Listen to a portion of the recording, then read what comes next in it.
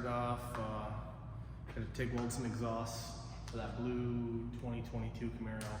We put some high flow vibrant mufflers in it, just that way tone it down a little bit.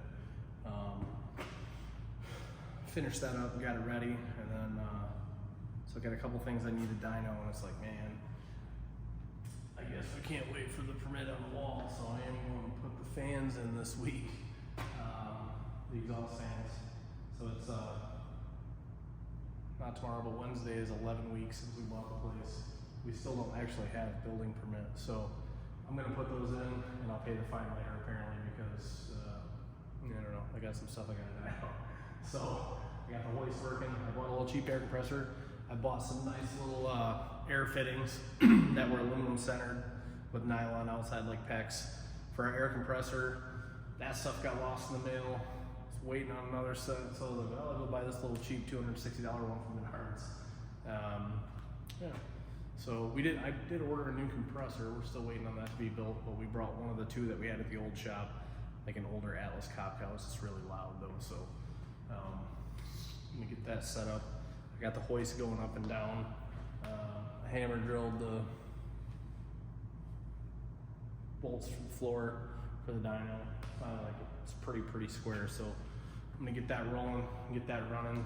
I started putting some polyurethane bushings in my Burgundy car, and I wish I wouldn't have, because I don't have time to do it.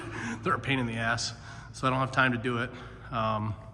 So I was gonna sit there for a hot minute apparently, but you know, I'll get it done here soon.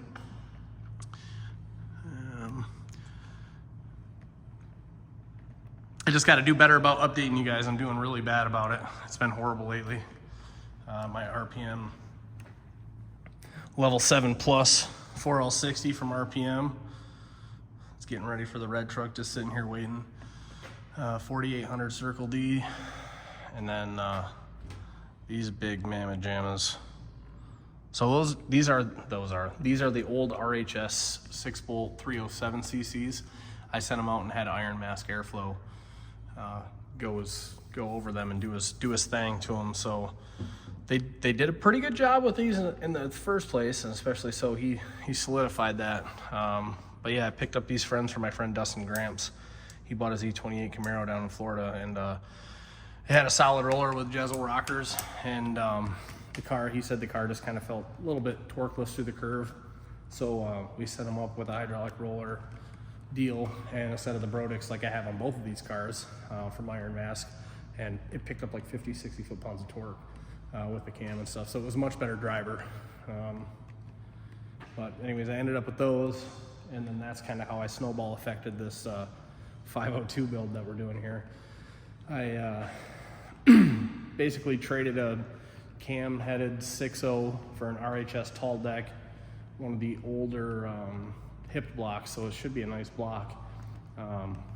Anyways, I was looking into that, and then I was like, man, I really can do a 502, which is wild. I don't know if it's worth it. I mean, really, at the end of the day, it's probably not gonna make any more power than like a 460, 470 cube, but it does sound cooler to say you have a 502 LS. Same thing.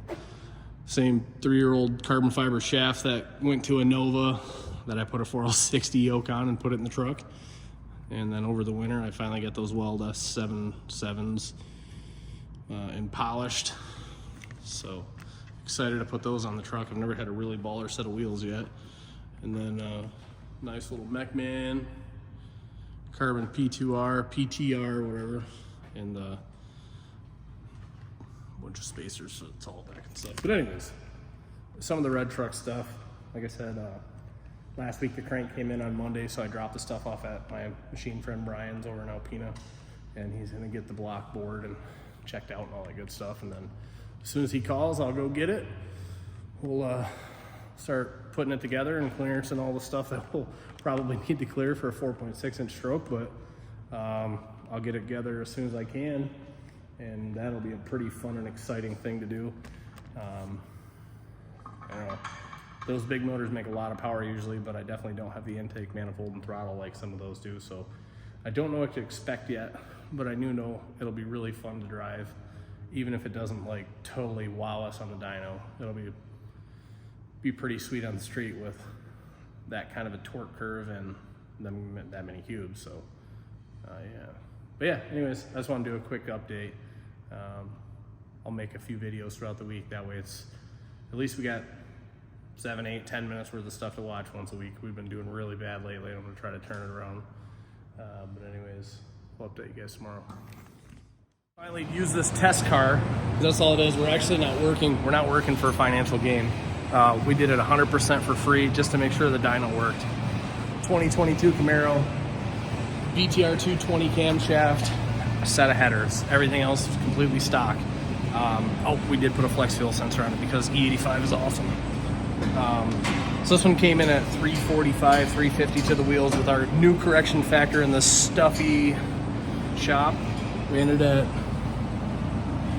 425 on 93 and 465 on E40, E48, which is usually pretty close to where they go.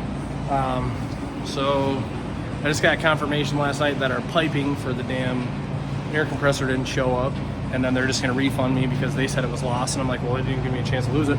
But so I went and bought a, the cheapo guy, and it works. So anyways, we got this done. They're here from Grand Rapids to pick it up and take it home. So super cool car, super clean car. These 6 gens obviously are awesome and super impressive.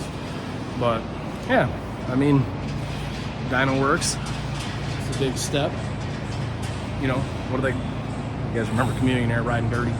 We're riding dirty out here, dyno and cars now, for free, for no financial gain. We're not open to the public. It's a friend's car. Just use it as a test car because I'm putting polyurethane bushings in my burgundy car. Can't use that. The red car, just put new tires on it, don't want to wear them out. So